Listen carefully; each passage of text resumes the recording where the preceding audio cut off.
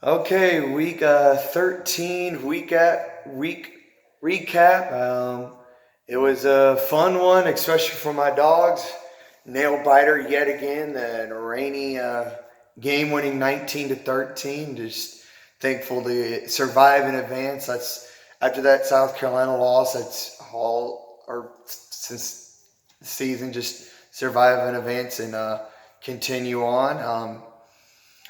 There's a lot of good some good games, some interesting storylines this past yesterday, and especially leading into the college football playoff and going to the hate week, rivalry week last week before the conference championships, and it's going to be interesting. Obviously, start with Georgia beating A&M 19-13.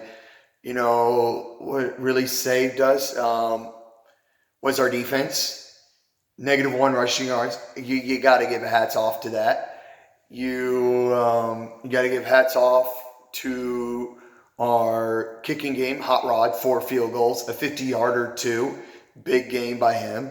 You got to give a hats off to Jake Camarda by flipping the field a bunch of times when he punted, and you got to give hats off to our running game. And we all know the issue, and it's been the issue all year is our passing game. Jake Fromm is not all on Jake Fromm. Some of it is, the first to Brian Herring wide open missed. You got to connect. The flea flicker, Pickens slow down. Pickens doesn't need to slow down, which made it look bad on Fromm, but that can't happen. They got to connect. That's on both guys. Kyrus Jackson dropped a first down pass right in the chest. That can't happen. We had a drive in the third quarter going really well, and a blindside block by George Pickens, 15 yards, set us back, had to kick a field goal. That can't happen. And we're just shooting ourselves in the foot. We're not a good enough offense to shoot ourselves in the foot. We don't have elite, experienced receivers. We don't. George Pickens is a great catch radius. Man, he's great, but he's not the best route runner. Blaylock, is the same way, but it's more speed, and he's not the best route runner. Kyrus Jackson doesn't have the best hands. He might be a more polished route runner. It's just, I don't know. The passing game is it's a weakness. It's by week. This is the 11th game. I don't know. It won't overly improve, but hopefully hopefully Lawrence Cajun can get healthy. Hopefully, this is no more time to save bullets. Just have everything out there. I want Swift to get more carries in 18. I want us to lean on him and just let it all hang out in the last couple of weeks. Other than that, in the SEC, we LSU won, so they won the West. They beat a high school team in Arkansas. So it's going to be Georgia and LSU, SEC championship, the best defense versus the best offense. Struggling offense, struggling defense. Should be interesting.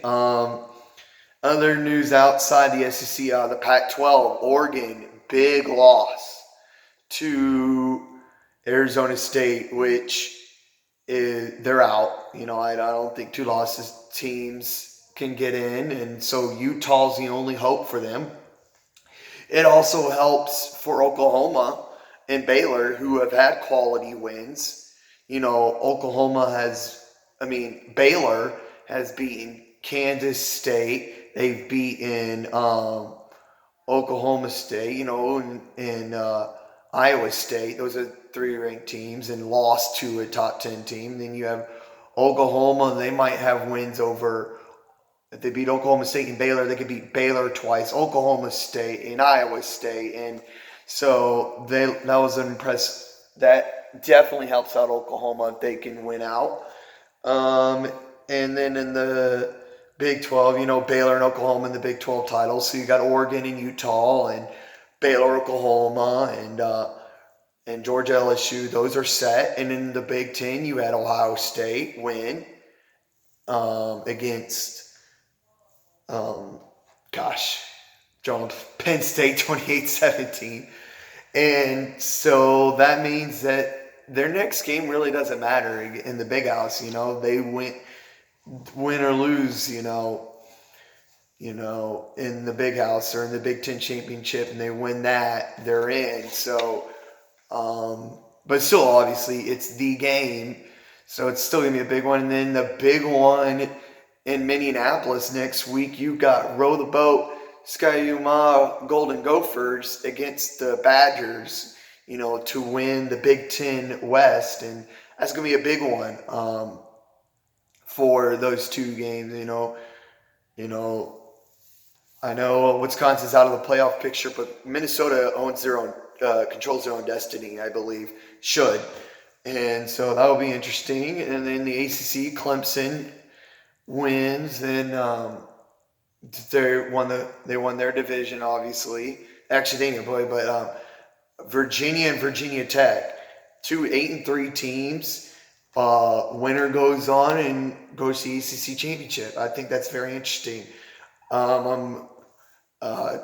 I just wanted to say thank you for watching. Please like and subscribe to my channel. That would be huge. Tomorrow I will go over the most interesting games of rivalry week. I also will talk about the 9 teams that have a shot of making the playoffs and in my top 10. And I guarantee you my top 10 will be different from everybody else's because I don't like the eye test. I think that's the stupidest thing. I just go, I don't go by margin of victory. I just go by who you beat. And, that's basically it, and who you lost to. And another thing is there's no such thing as a bad loss. No such thing as a good loss. There is no such thing as a good loss. There's no such thing as a bad win. And I'm just going, there are wins that are better than others, of course. But I go off of wins.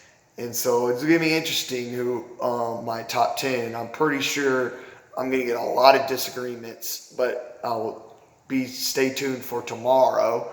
And please like and subscribe. And thank you for watching. And go Dogs!